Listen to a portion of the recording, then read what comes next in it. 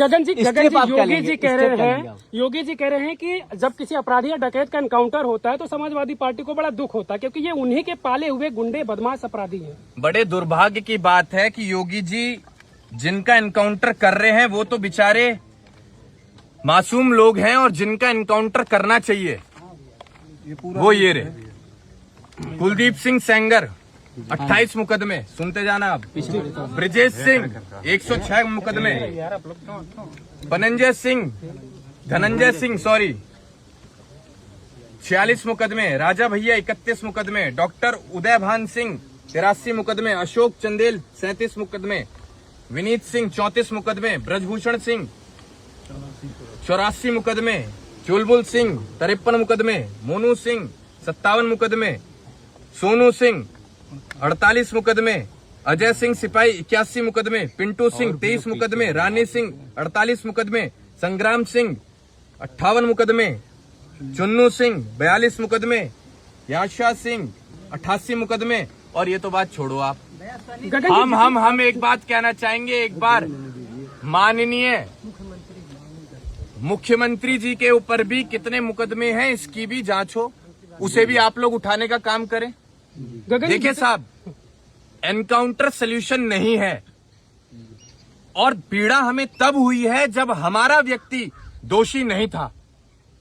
और अगर ऐसे आप हत्याएं करेंगे, जान लेंगे किसी की, तो एक चीज का ध्यान रखना, भगवान के घर देर है अंधेर नहीं है। जितने नाम आपने गिनवाया सब नाम के बाद में सिंह लगे हुए थे। क्या बताना आप चाह रहे हैं कि यादवों को टारगेट किया जा रहा है, किसी विशेष जात को टारगेट बिल्कुल किया जा रहा है, नाम के बिल्कुल पीछे किया जा रहा है। भैया इनकाउंटर है कि हत्या है?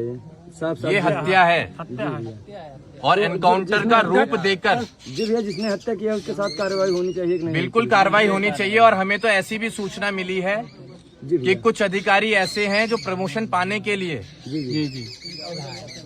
ऐसी घटनाओं को बढ़ावा देते हैं। भैया आप एक सेमिनार में बोले थे, एक और चीज हमें ये भी सूचना मिली है कि कई अधिकारी जी भैया पैरों पर गोली मारने का भी अपना रिकॉर्ड बनाना चाहते हैं। गगन यादव जी इस परिवार के साथ भैया क्या? हमें ये भी पता है जी भैया जी कि अब तक 56 वाला रिकॉर्ड तोड़कर वो एनकाउंटर में अपना भौकाल बनाना चाहते हैं कि हम सबसे ज्यादा एनकाउंटर करने वाले एनकाउंटर स्पेशलिस्ट हैं।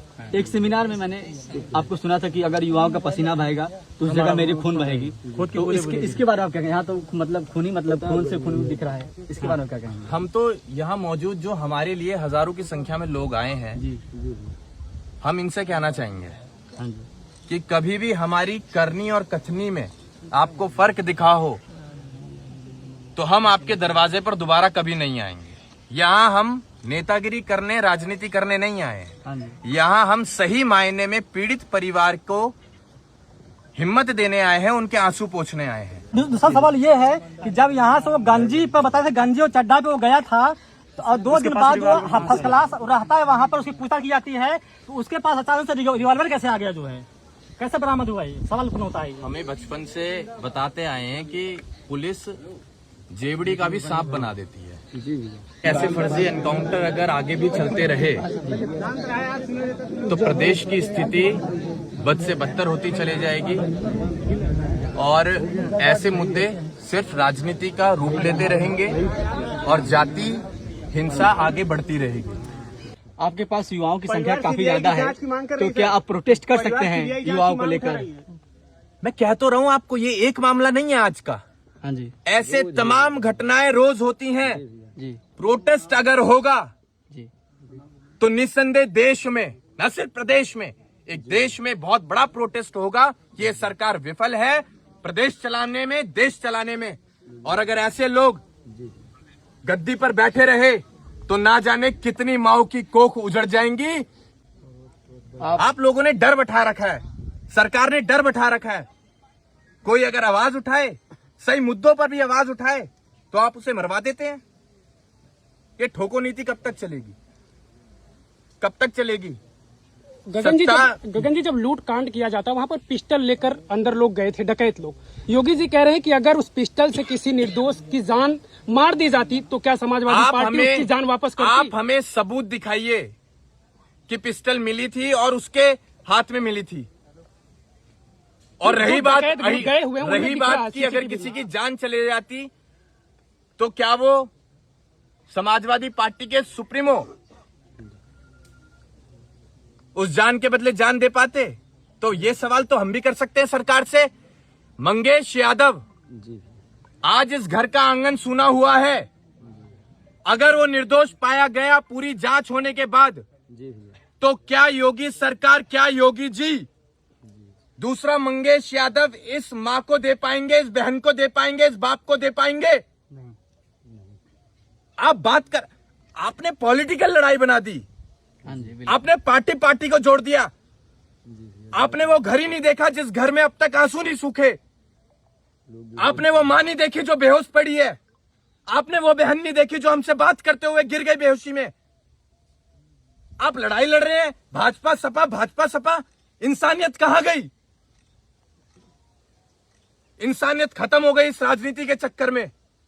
लास्ट सवाल बता दीजिए, जिस प्रकार 1.5 करोड़ की डकैती हुई उसके बाद मामला पूरा चर्चित हुआ, उत्तर प्रदेश पुलिस पे प्रश्न तमाम खड़े हुए कि अभी तक अपराधी नहीं पकड़ा गया, तो क्या मंगेश यादव को कहीं एक कमजोर परिवार को बलि का बकरा नहीं बना दिया गया लोगों की जुबान पे ताला लगाने के लिए कि इनकाउंटर में मारा गया मुख्य आरोपी?